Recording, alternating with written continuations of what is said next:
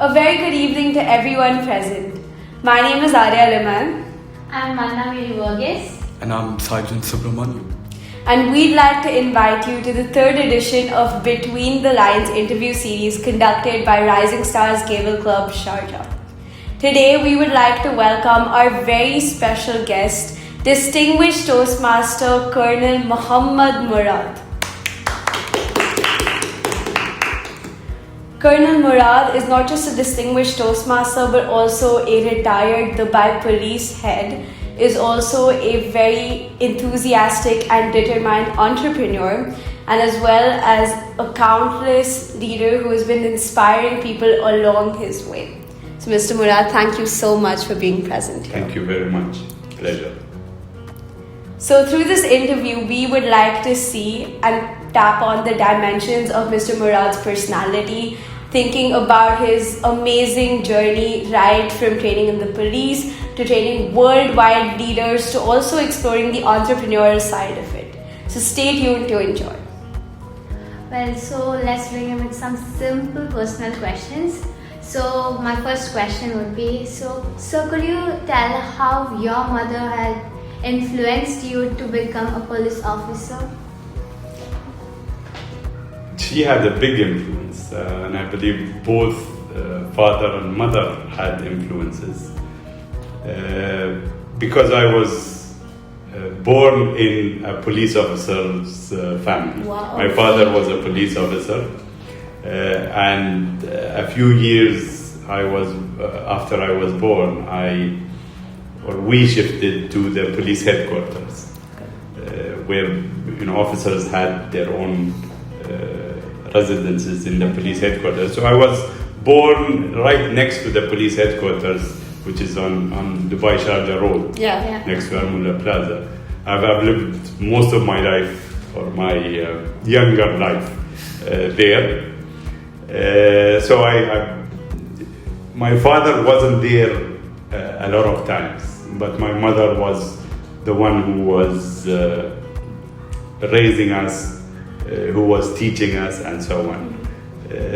So a lot of the values and the personality traits that I had comes from my mother. And I think that is where resilience came from, because she is a resilient individual.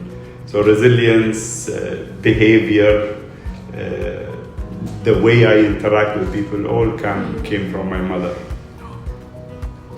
That's great to know, and as we all know, our mothers are the ones who take care when you are young, and our fathers are the inspiration. Great to know that your father had inspired you to become a police officer.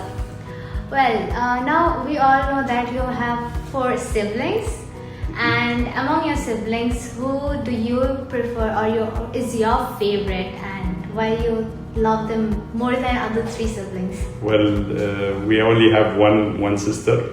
Oh. So hands down, she is the one whom probably all the brothers prefer. Right. So she's the queen of the house. Absolutely. Sisters are always given special treatment. She takes care of us, and my mother is old now. So she's the one who asks about us and makes sure that we gather in my mother's house every Saturday. Okay. So she's the one who's the favorite, I believe. Right. That's nice. Is she the eldest or the youngest? No, I'm the eldest. Okay. She is the one next to the youngest, actually. Okay. So so she's that's, fourth in line. That's nice. The next question that I have lined up is, what do your children teach you on a daily basis?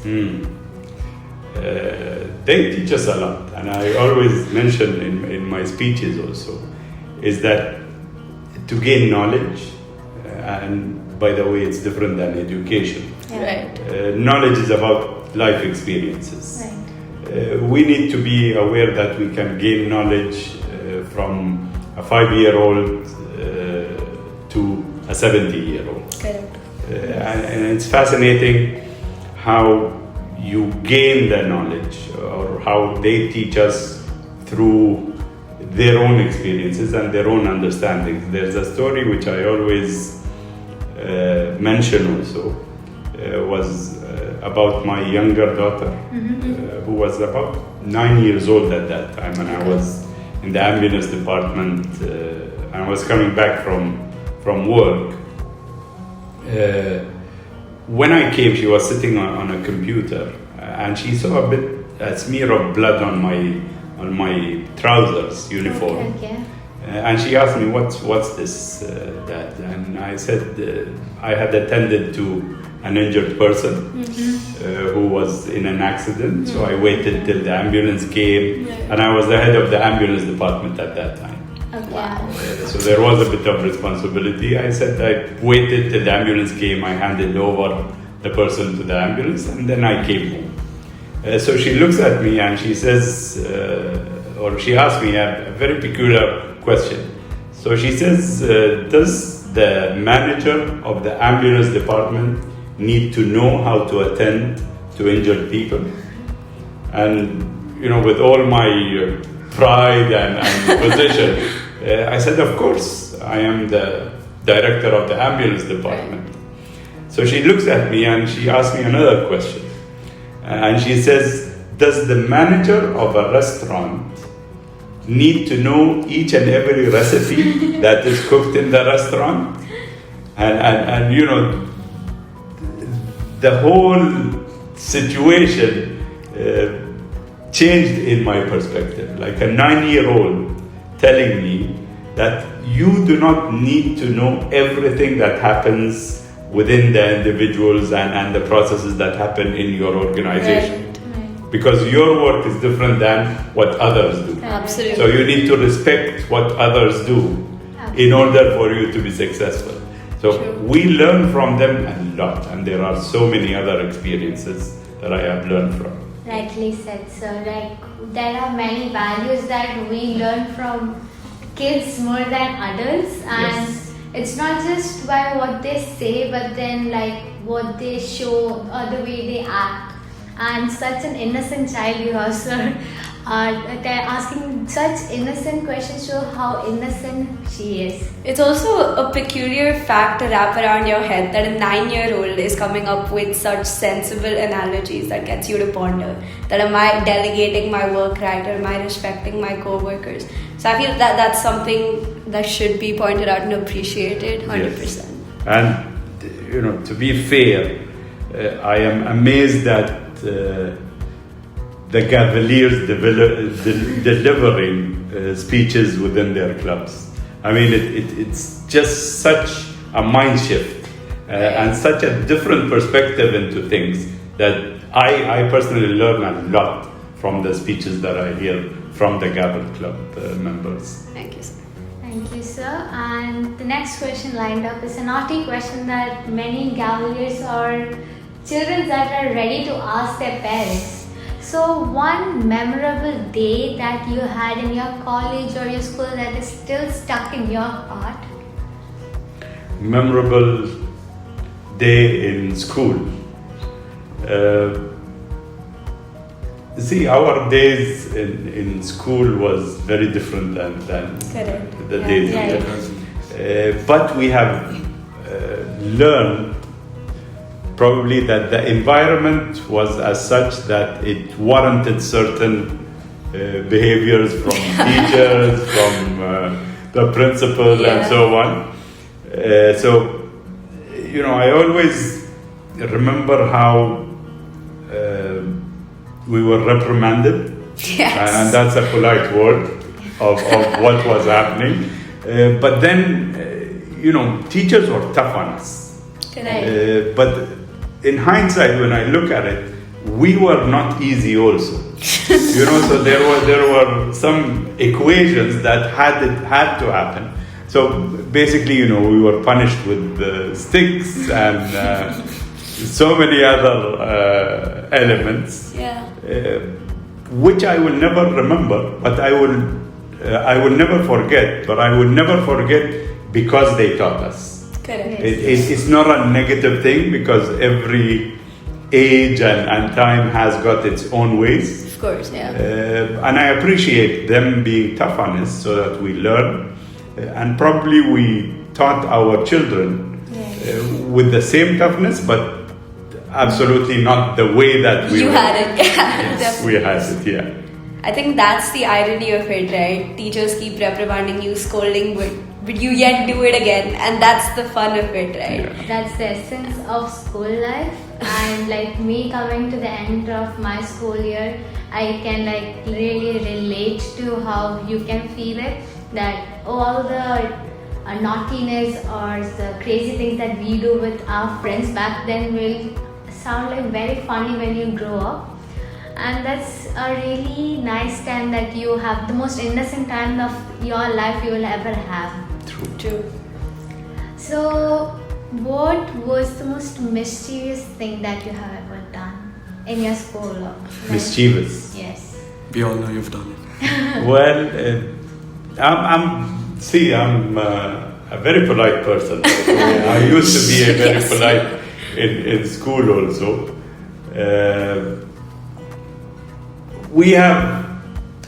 I have, I'm not talking about my friends, although they were with me. I have jumped over the school wall a couple of times. But on the whole, I think I was someone who was behaving pretty well in school. I even have my certificate till today. The certificate of good conduct, which was given to one school student in the whole year. That was given to me at one of the years. So I wasn't so mischievous. We had our own Set of fun. small mischievous things, but on the whole, I wasn't so bad. I mean, boys are known for their naughtiness, but then looks like we do have boys who were very, down to earth and not very mischievous at times. So, Sir is setting an ideal example, which all you guys must follow. from the Set an interview, example for me, which I cannot follow, but yeah. Well, none of the boys, I think, in this era or in this generation can follow a non-mischievous life. Oh please, that is possible, but yeah. well, not everyone was like me, by the way. Yeah. I had friends who were like, over the head on doing things and so on. But I wouldn't want to mention it here. Yeah. Yes. It's setting examples. And Not appropriate. they'll come to me and say, you are the one who told us about the ideas of how to be mischievous, so let's keep it a secret. Yes. And my last and final question. So, you being a police officer, I suppose that you were a sporty person. And so, my question is, what was your favorite sport back then, and why did you enjoy or why did you like playing it? Right. So I actually played for Al Ahli Club, which is one of the clubs here. That's And I played volleyball. Oh, okay. Yeah. Intense. Well, it's no contact, so that is a bit better than football, basketball, and so on. And if you see how tall I am, I'm not very tall. yes. This is why I was the playmaker for the team. Okay. And I actually played for the national team in volleyball. Wow. Impressive. And I was part of the national team for chess also. Oh, Wow. So you're just Wow, not just okay. a sporty, but then a brainy as well, a smarty. So that's why I was nerdy, so I wasn't mischievous in school. Brains would No, but that's why you could think of the creative ideas. Chess helped you do Well, that. maybe they helped, yes. Yeah. And that obviously will help you making strategies in volleyball, and it's most important. So that's it from my sector. So now I hand over to Arya for a couple more questions. So through this segment, of course, we got to know a lot about Sir's personal life, what was his childhood like. But now I would take you a little ahead and talk about your life as a young adult, say when you were in your high school years or when you were in college. What was your life back then, and did you pick up any values which specifically define your personality as of now? Okay. So for the sake of the audience, I want to announce that I was a college dropout. Okay. What happened is that I graduated from school and I went to Al Ain University. That was the only university available in the whole of UAE. So I enrolled in business administration. And a year into the college, I heard that there is a cadet cohort going into training for the police. You remember I was staying in the headquarters. So all the news was available for me. Correct. So I pull out my papers from the university and I go into the police training. And I finished my police academy training, and then I started working until I learned how important is education. Right. And although later in life, I actually finished 2 master's degrees while I was working in the police. So an MBA and a Master of Quality Management. Wow. So education has its, probably it's something that has made me who I am right now. Correct. And it helped me in so many other things after I graduated from the police and started my own businesses. So I used to be a college dropout. Not anymore. But I'm a master's degree holder now. Yeah. To be very honest, the decision that you took of going with the cohort, attending police training, is quite a risk that people generally don't take because they want to prioritize their personal gains over what they would like to sacrifice for their country, if that's the right way to place it. But you did that, and I think that's one of the greatest things which people must think about if they're planning to take a different route. True. Although a month after I joined the police academy training, I decided I need to go back out of military training and so on, and get back to the comfortable life. Correct, yeah. And there were a couple of wise officers, the police academy manager, who said, just stay a bit and see how it goes. I mean, police trainings are really rigorous. And being tough. a high school, just graduate person, you all of a sudden go to a new environment, having an intense training. Not everyone. It's would be difficult able to absorb, 100%. It's not made for it. Yeah. But I made it through. I'm happy. No, definitely, you were cut out for this, to be very honest.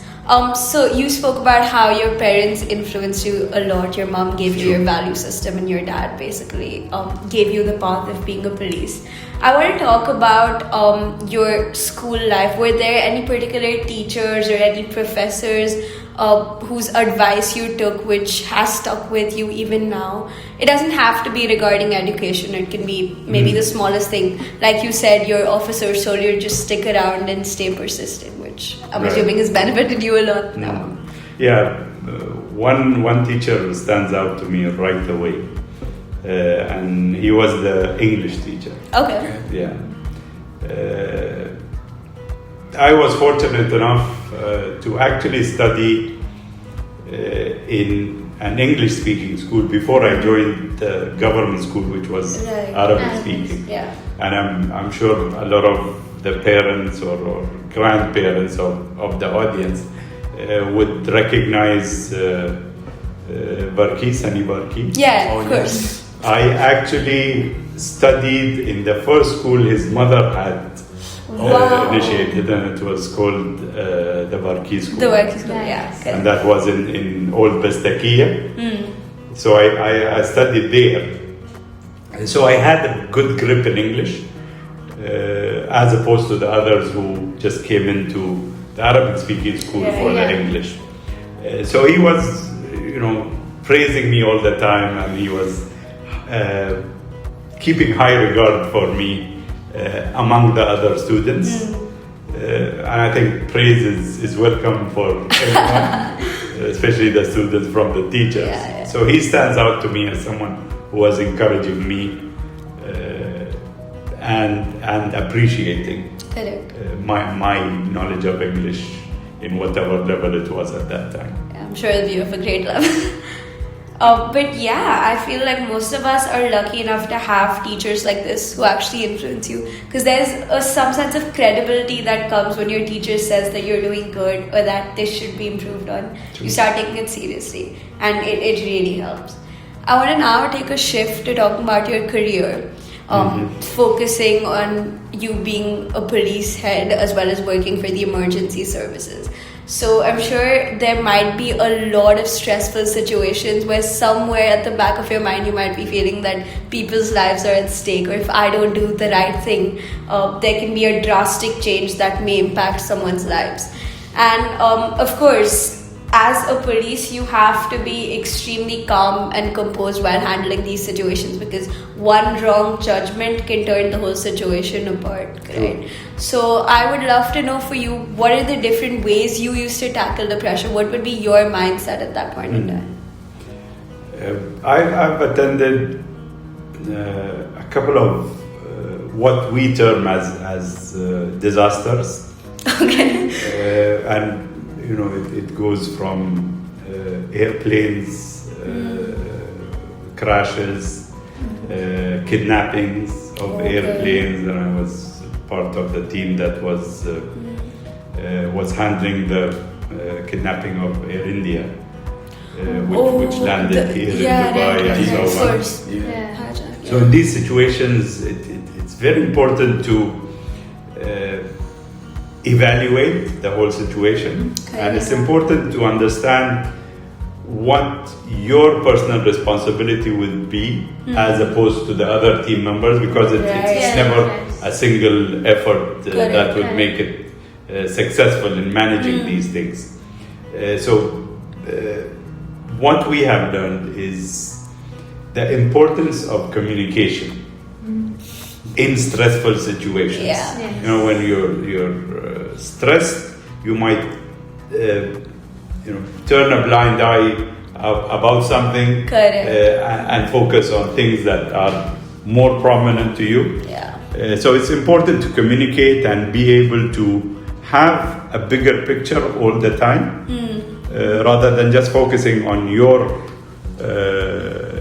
responsibility and not being aware of what others want from you. Correct. So I think that the communication came up in a very big way in terms of major disasters that there are many people who are injured in and risk their lives. Correct. I think definitely the pressure of kind of being responsible for someone's life or death can weigh heavy on your shoulders. But I have high respects for the Dubai police, especially because I've had some personal experiences, personal interactions, and I have always seen them have a very polite demeanor. I mean, going through such stressful conditions, anyone could easily lash out, and it's understandable. But they still always have a smile on their face. They're always ready to solve your queries. Slightest of the problems you have, they will definitely come and solve it for you. And I think I'm really fortunate, we all are, to be living in this country and to be having officers like you, to be kind of ensuring that we live a very safe and secure life. I'm going to now come to something very light, because we've spoken about the stressful part of it. But I would love to know how your job is extremely rewarding, and what are some of the things you're passionate about, maybe your hobbies that you like to do just to get your mind off the stressful part of the job. Right. So lately I have taken a liking to hiking. Wow, okay. That's So, healthy. maybe it was that around the time of COVID. Okay. I think where you realize, that if you go out, it will be nice rather than being confined at home. So that's a passionate hobby that I have right now. Reading is another one. We all enjoy reading. Especially after being a Gavel or a Toastmaster, you will look forward to reading and learning a lot more information or knowledge. So reading. And it's fascinating that I don't keep to a certain genre or a certain direction in reading books. Yeah. I like to get a big spectrum of different things. Correct. So that's something I do. As for you're talking about my job. Yeah, the rewarding aspect of your job. Yeah. See, I've worked on opposite spectrums of the police work. Because when I graduated, I was in the criminal investigation department. Okay. Okay. Wow. Okay. So I was after crime and criminals, and I was on the street all the time. Yeah. That has a different type of reward, Correct. which gives you the sense that you are keeping the city safe. You are compassionate with the people who are the victims and so on. Yeah. But then I was transferred to the ambulance department, Okay. where I was, in charge of saving lives rather than Yes. going after people who were taking lives. And that gave me a big sense of responsibility. Oh, correct.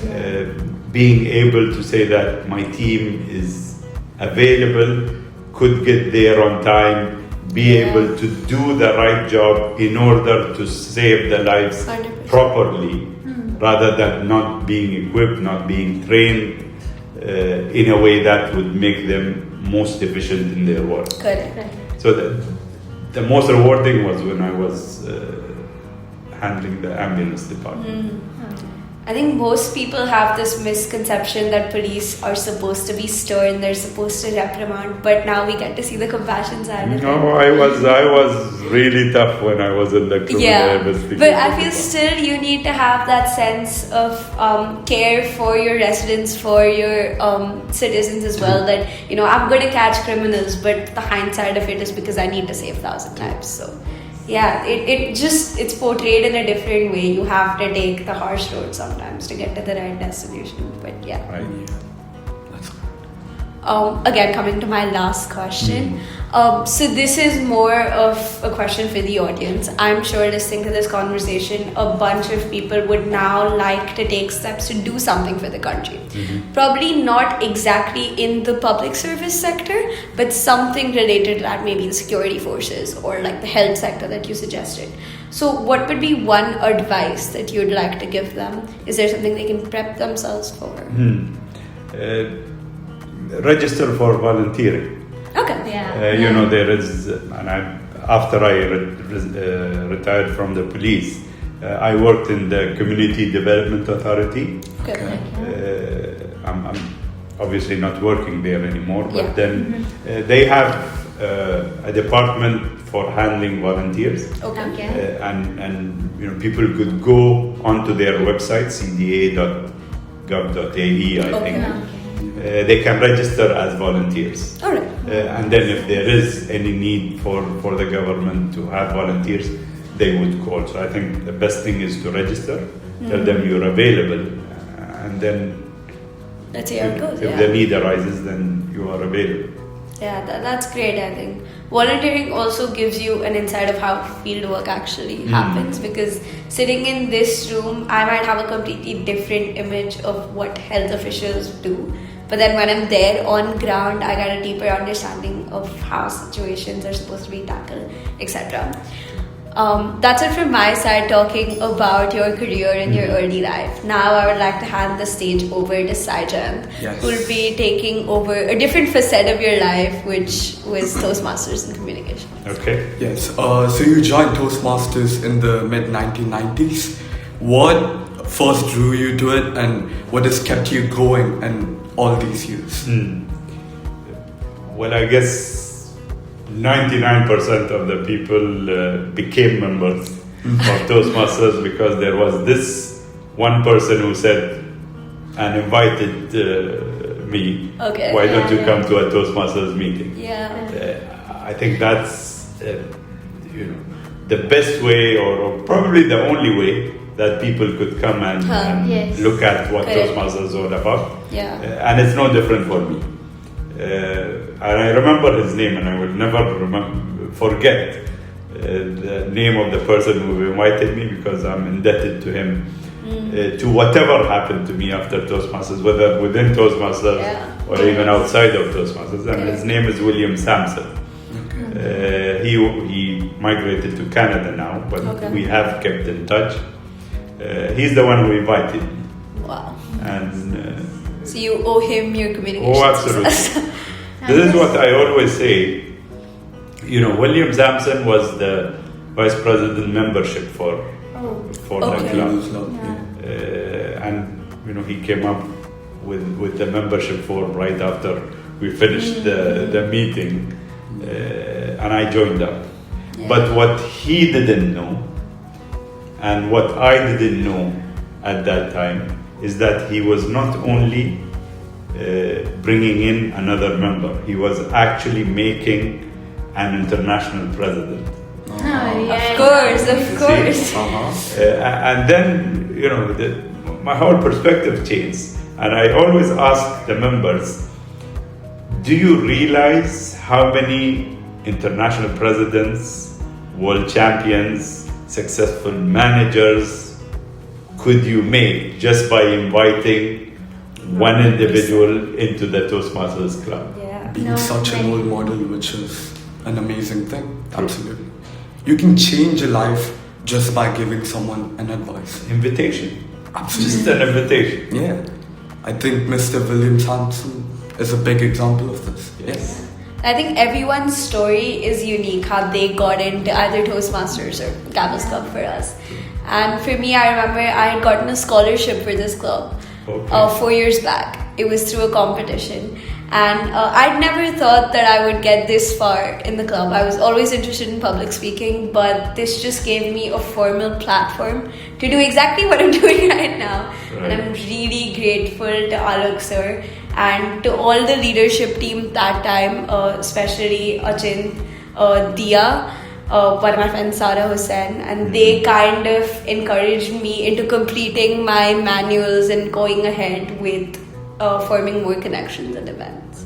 It was a completely different experience for me, as I went for public speaking workshops, and there I met a Toastmaster named Susan, and that's where she unlocked my potential of public speaking and realized I had something like this in me, because I was a complete silent person who kept her opinion with me. So she was the one who introduced to me of DJ Maluk sir, and that's where I got to know that Gavel Club exists.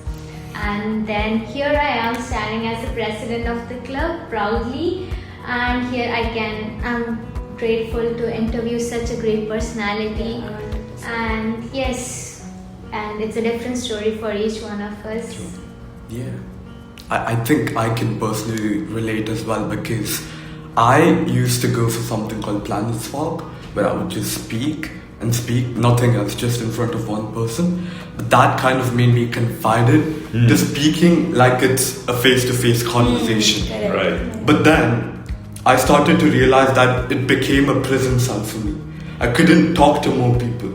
So that's when I found out Gavel's Club, and you know, I started speaking to more people. That brings me, and all of your stories bring me to the fact that it might rely on someone giving you the invitation, or someone explaining to you what's out there, but it's the individual's desire to say yes, and to be open up to learning and exploring. That is what will make the difference. You know, the action after the invitation, the action after the knowledge that there is something there.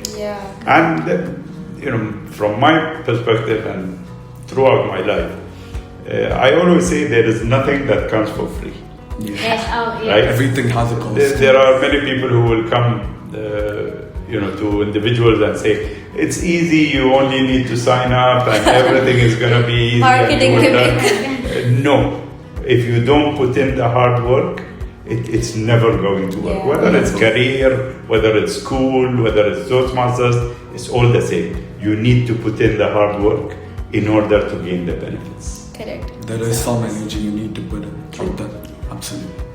Second question, as the first and the only Emirati international president of Toastmasters, what did that milestone mean to you personally and for your country? I strive to become the international president for two reasons. Okay.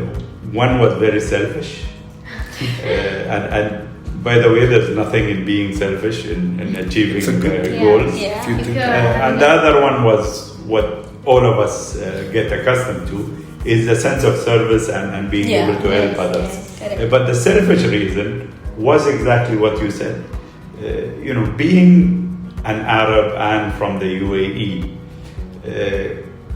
in order to portray that UAE nationals, Arabs, are capable to handling organizations similarly to others, was one of the goals that I had. Simply because in those days, UAE, Dubai was not very well known in the United States, and most of the conventions happen in the United States where elections happen and so on. So how do I make sure that I up the reputation of my country? How do I make sure that people could say Emiratis are proud of their culture, they are proud of what they can do and so on. So I think both goals were fulfilled, and I'm happy that happened. I am extremely inspired, I could say that, because it's a true example of being selfish also has a good side as well. Absolutely. Like many people have the perspective that being selfish means bad. He or she's being very much into themselves. You don't care about others, but then this is a good and a live example that being selfish means a good reputation, creating a good reputation for the country as well as for yourself. I think it's also the fact that when one person in the community thinks that their community should be represented more, or they're being subdued, and they try to make a change, that's when actually the whole community gets recognized. Like, to be honest, if you wouldn't have taken this bold step and if this wouldn't have happened to you, there still at that point in time would be a situation where Emiratis would probably not be recognized for being international presidents at worldwide platforms. But I feel, so you always have to be bold enough to take that first step. And talking about culture, at least what I have absorbed from Gavel Club and Toastmasters, there are people coming from different countries, coming from different nationalities, so they have their own cultures, traditions, and if there's just one country dominating that sector, the whole point of learning, respecting diversity is undermined. So I feel when you became the first Emirati to become the international president, you were able to not just tell the world that our community is in the forefront of this, but you were also able to introduce them to some beautiful cultures, beautiful value systems, especially when it comes to family ties, celebrating festivals together. So I'm sure that made a great difference. True. Yeah. Very true. yes. And as for my last question, apart from public speaking, what other qualities has Toastmasters contributed to your personality? Because I know that you, being such a good person, also has some, credit to Toastmasters. Well, if you look at the mission of Toastmasters, public speaking is not at the forefront of the mission. Yes, it's not.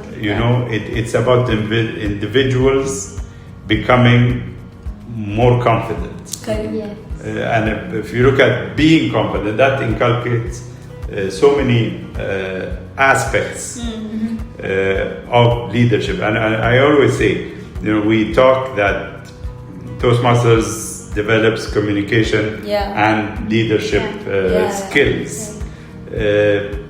In my mind, communication is a first step towards leadership. Correct. So leadership is the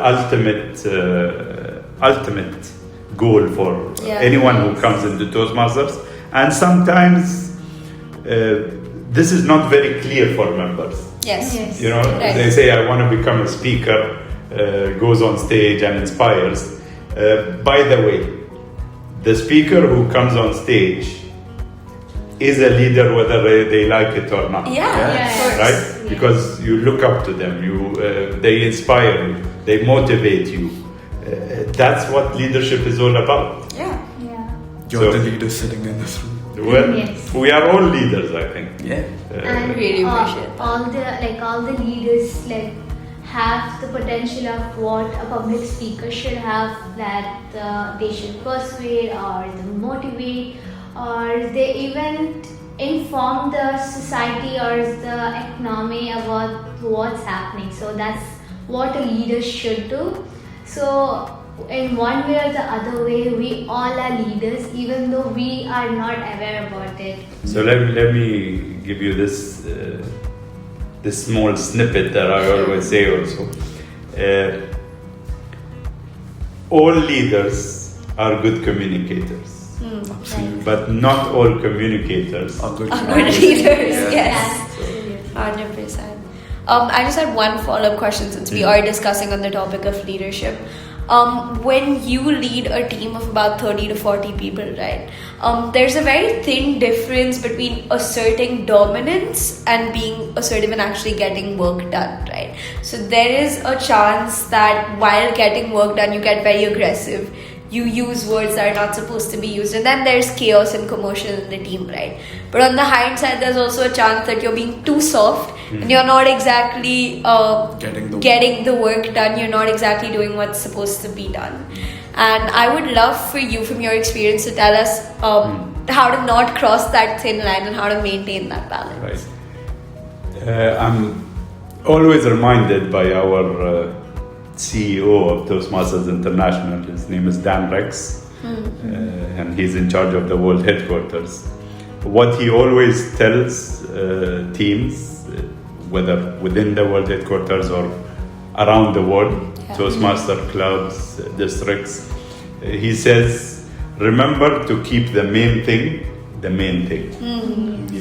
And that, keeps everyone focused on the goal. Correct. And I think the leaders are the ones who make others understand or keep them focused towards the goal. Yeah. Therefore, discussions or differences of opinion will occur, but then to know how to refocus is what will make things happen in a better way. Yeah, definitely. Because I feel sometimes even leaders, when they get a certain amount of power, authority in their hands, they have personal motives as well. They have emotions as well, which kind of divert them from the goal because they think finally they are in charge. Well, Sometimes. But, especially when you are in a higher position with all the stress or the pressure that is given from your higher authorities. It's very natural, and psychologically speaking, it's very natural for any human to go through a process of having stress and then raising voice or telling things that you are not supposed to tell, but then feeling a dominant personality there. But I think again, thinking of the bigger goal really helps, right? yes, and as I mentioned in the beginning, we are all different people. Yes. With different communication skills, different mindsets, and different thoughts. Bringing everyone together and saying, we understand that we are different, but we have a common goal. Therefore, let's put away our differences and work towards the common goal. Correct. It makes a big difference in how teams interact with each other. Definitely. Yes. So I'd like to pass the stage to Gavel. Okay, so now I want to ask something that you want to talk about the current generation. What's your opinion? So as you know that AI technology is taking up the world right now, and not many of our current generation is ready to take up public speaking or is looking up to public speaking. What do you think is the role of communication and leadership in this current era, or how it should be taken up by the younger generation or Gaveliers like us? communication is paramount. Now, we had this debate in Toastmasters when COVID hit. And all the clubs went into online meetings and so on. That's a form of communication. Yes. And probably we will not be able to do away with it. But face-to-face communication, I think, is important, that it needs to stay. And I believe it's how we look at AI that makes a difference. We can look at it as an enabler, or we can look at it as taking over our lives. Correct. So how we approach and how we regulate, how we utilize artificial intelligence, what we utilize it in. And it's the same thing for everything, actually. When the internet came, you were probably not born at that time. But then we had the same discussion. How is it going to be? Is it going to be beneficial? Are we going to use it? And it's happening that there are people who use it in a wrong way. But on the majority, it's a good way. So we need to regulate and understand how we can best utilize our skills. You have rightly said it. So, as we all know, AI, as in ChatGPT or Gemini, they can be used in a really better manner than how it is exploited by using it in the most wrong manner and cheating, and those are the wrong side of AI. But then there are many other benefits that we as the generation or the younger generation can benefit from when you compare it with the previous generations. So, there's a beautiful book that I read. It's called Scary Smart. And the author is Mo Gaudat, who was the CEO of Google X. So he was into artificial intelligence and so on. Fascinating how he analyzes what things could go wrong and when they will go wrong if we don't take care of artificial intelligence. It's an interesting book if anyone would be interested in reading it. Since Sir has recommended, I hope all the audience that is listening would go ahead reading this book. And yes, I would also personally would read it if, as Sir has mentioned it. I think also another point to add on to what you said, technology has made communication more reliable is what I've started to think now, because every word you say is recorded somewhere, if it's in form of text or if it's a call. So there's no going back and saying that, I never told you this or this should have been done, but it's not done. So coming to your leadership aspect as well, I think it makes managing teams much easier than it was back in the day. Because you're able to meet 30-40 people at once, you're able to communicate with their deadlines, etc. So I do consider it as a boon more than it is a pain. But managing people is both managing people and managing processes. Probably there's an overlap with both, but there are many times that we forget the people and we focus on the process. And that is where things go wrong. We need to balance things and understand that we are human beings that could make mistakes. And there are processes that could be corrected only if the people are dealt with properly. So it's a balance of people and processes, I believe. So I think that's the difference between psychology and technology. Something that AI is still not able to do is understand the minds of people. And I hope it will not get to that point as well. But I would now like to hand over the stage to Sai for his concluding question. Final question. What is one timeless message you would leave to our generation and our generations beyond? I mentioned it before, and I've mentioned it to my daughters. They are grown up now, but I still mention it to them, and I look forward to mentioning it also to my 4 grandchildren. Nothing comes for free. Yes. Nothing comes for free, absolutely. What you need to do is work hard. True. Yeah. Yes. And what happens to you is none of your business. Yeah. Yeah. It's the only thing that you need to do is work hard, and things will happen. Yeah. Yes. Definitely. Absolutely correct. So with this, I would like to formally conclude this interview. Colonel Muhammad Murad has given us some deep insights about the pragmatic approach to leadership, collaboration, communication, and also the type of values we should really think about instilling in ourselves to become a better person. We got to see all facets of him: a good communicator, a dedicated police officer, an entrepreneur who's here confidently delivering his thoughts. So thank you so much once again. It was truly a pleasure and privilege to have you here. Pleasure is mine. Thank you so much for having me. Thank you so much. So that's it from our side. I would hope that the audience enjoy this interview and would like you to stay tuned for more. Thank you.